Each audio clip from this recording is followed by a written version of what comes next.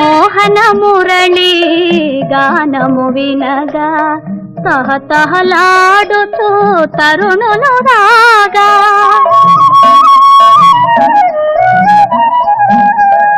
మోహన మురళి గానము వినగా తహతహలాడుతూ తరుణులు రాగా దృష్టి తగులునని జడిసి సోదా దృష్టి తగులునని జడిసి సోదా తనను సాటుగా దాసినందుకే